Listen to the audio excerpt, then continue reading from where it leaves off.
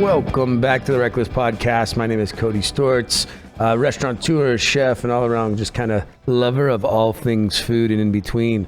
Today with us we have Mr. Steve Miller, the art man, which we heard all about, right? You chuckle, but it's the damn truth. And then joining us right now, Mr. Owen from Dickel. How are you doing, buddy? I'm doing good. How about you guys? Dude, it's been a good day, man. So far, coffee, a little bit of water, this epic red cup, solo cup made by Dickel. I just think I like saying Dickel. Yeah, is really I know that you like saying that. Right. It just happens that way, dude. Tickle my Dickel, right? Yeah, there it is. I knew that was going to have to happen at some point, buddy. And so I'm glad you joined us, man. I know that you had come on a little while back and you had a brief little bit to talk with the Fork Reporter about what you do. And I thought, man, I really want to hear more about. I'd like to hear anything about whiskey, right? I mean, when it comes down to it. Who doesn't like to nerd out about whiskey? Yeah, so, and I haven't nerded out enough, and so I was like, I'd really like to hear more about that. So you're here, and I really want to hear some, history about this Dickel stuff, man. Like, what do you got going on? Talk to me. Yeah, definitely. So first I want to say it's super cool hearing your stories, Steve. Being a Fullerton born, raised native myself, it's just always cool to kind of hear people who have a little bit more experience here in Fullerton than I do. And so it's just cool to hear, like, I didn't know you were so well connected and doing all this art across the board at all these different restaurants here. Yeah, so I sneak around town, man. Yeah, so does he, dude. Yeah. Don't know maybe not in the same words, but, I hear Owens stories all the time. Oh, yeah. Geez. Let's, we can save that for another podcast. My coworkers are all the booze reps in this town. Like, I see them everywhere I go. Yeah, you're the same not witching hour as the bartenders, right? Yeah. You guys are the day roamers, we call them. Right. The artist and liquor sales reps. I like to think of us as the foundation upon which, all your little food and booze fun happens at night. Mm-hmm. Yeah, I'll let that one sit. You go ahead, Dickel. Well, anyways, let's talk about George Dickel Whisky. So sure. George Dickel Whisky is a whiskey that's made in Tullahoma, Tennessee, which is about an hour and a half south of Nashville. Tullahoma? Tullahoma. Wow. Yeah, Tennessee. I actually just got back from there last week, so I was there hanging out, which was cool. It's made at Cascade Hollow Distilling Company. That's the name of the distillery, so it's not actually George Dickel Distillery. Right. Even though George Dickel himself was a real guy. He was a German immigrant. His family immigrated here from Germany, obviously, in about the mid-1800s. And then in 1870, George Dickel himself decided to open up a distillery and start making Cascade Hollow whiskey. And it started as a blendery, actually. And so he started blending. And then was that when it started to interrupt? Was that when it's legal or not legal? It was legal. So we have paperwork that he officially opened it up. At the time there was tons of moonshiners and stuff like that, but we're one of the first actual legal distilleries inside of Tennessee. And we're actually pretty close to Jack Daniels. We're only about a 20-minute drive from Jack Daniels. And George and Jack were actually really close friends back in the day. I'm sure they were. And they actually, they were pen pals. They wrote each other letters and stuff like that we still have. That was they're talking about the distilling method, and helping each other out, which was really cool. But George Dickel, he wanted to make something unique and different. And one of the things that we do is we actually spell our whiskey without an E. So people that don't know, there's two ways to spell whiskey. Whiskey. It's easy for you to say, buddy. And then you take the E out. And America and Ireland use the E, and Canada and Scotland don't use the E. So we actually don't use the E because George Dickel thought he was making whiskey that was more similar to Scotch than what was coming out in America at the time. Oh, that's awesome. So I think it actually comes through. I think we definitely have a taste that's a little close to Highland Scotch, if you know what that is.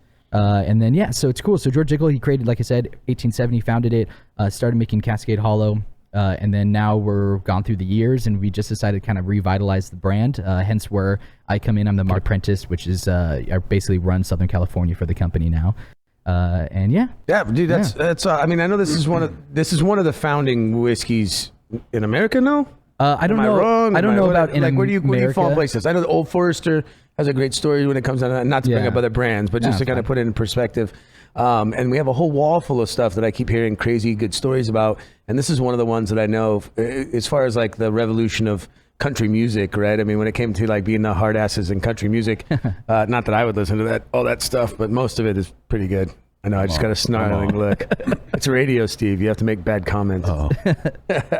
Anyway, I know that this is one that founded a lot of that movement, right? Yeah, we're one of the big ones that founded what Tennessee whiskey is. So Tennessee whiskey is its own style. It's a unique style, just like bourbon or Scotch, rye, things like that. And so I don't know if it's one of the founding of America because well, there's been so many different distilleries, but I know it's one of the first, and it's one of the big three of Tennessee. There's more distilleries, but there's three big ones in Tennessee mainly that distribute out here to California, I should say. And you guys got a crazy tasting room and all that good stuff. Yeah, Tennessee, right? it's Tell me about actually- your trip, dude. I want to hear. I mean, I see people go to the Jack Daniels thing all the time.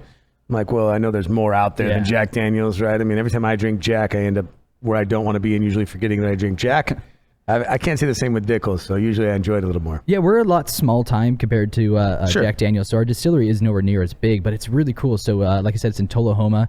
One of the good things about us, if you like this, is we're actually down inside a holler. And the moment you like hit the precipice, Did you say inside of a holler? holler, yeah. It's like a little valley, basically, in between mountains. That sounds very Tennessee, doesn't Yeah. it? But one of the cool things is, like I said, once you hit the precipice of the mountain and go down into the holler, you actually lose all cell phone. You can't get over it. Yeah, dude. I'm sorry. It's dude. actually a hollow, right? Yeah, that's how it's But they say holler. pronounce it Yeah, holler. yeah. Hollow sounds better. Once you go Go down ahead. into the hollow. Sorry, man. I Yeah. don't know. It's like a 5-year-old joke. Can I tell my story now? No, go ahead. Go ahead. But what's cool about it is actually like once you go down into the, should I even say it now? Yeah, go ahead. You're good. I'm over it. I'm over it. I once you cleaned go, it. yeah, once you go down into the holler, you actually lose like all cell phone reception. There's no cell phone reception down there. Dude, that's like my dream come true. And you just get sent back in time. Perfect.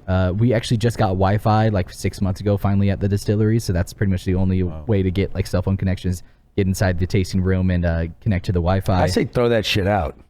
Right? Don't you need Wi-Fi in the tasting room? I mean, we kind of need it to be able to like email each other back and forth and whatnot. But Damn technology. jot down notes and then do all that when you get back out of the holler. There it is. But one of the cool things about us is almost nothing is there is actually nothing that's like automated within our distillery. Everything is done by hand. Our old slogan used to be handmade the hard way. Right. It's because we have 30 plus employees that are dedicated to the craft. When it comes to, moving the barrels to fill them up, to aging up in the rick house, to filling them, to fermentation, to breaking it down, everything is done by someone by hand. Wow. It's not That's like fantastic. we wake up in the morning, press a button, and then these robots take over and move all the barrels around and do Right. everything for us. It's, we have one guy that's dedicated to sitting there and watching the temperature gauges on the still. And that's all he does is sit there, watches them, adjusts them, checks the heat and stuff like that. It goes up and down.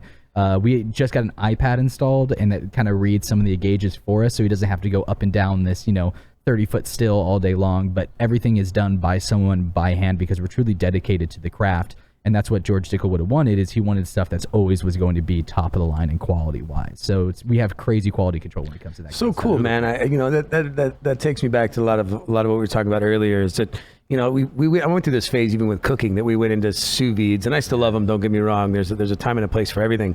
But the newest stuff that we're doing is like, hey man, let's take a really nice cut of meat, let's age it, let's watch it, let's put it on a grill with some fire, and let's eat it. Yeah. And that's become the newest kind of go back trend, and I think it goes back to while Dickel's making a rise, I think right now. Is I didn't even know you guys did that, but now that you say it, it makes sense why the brand itself people are enjoying more.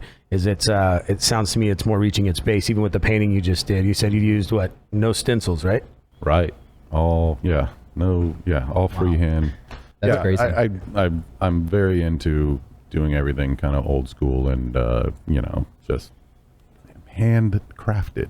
Right, but I think in a way though, I mean, you had to at least go through a stencil phase. I mean, I've seen you use them before, right? Well, yeah, absolutely. I think everybody goes a lot through of this. times if I'm doing a very boring, corporate logo type painting Right. on a wall, Something that pays the bills. I'm going to use a stencil because Right. it makes it a lot faster, But I think it reverts into this. That's awesome Yeah. news, man. That really I didn't know that it went that route. So now time for the fun stuff, yeah? Yeah, definitely. All right, well let's do it after let's take a break here. We'll do a little warm up. I gotta move things around, shake off the cobwebs a little bit, and then let's drink some damn whiskey, yeah? Right on. That. Yeah, buddy.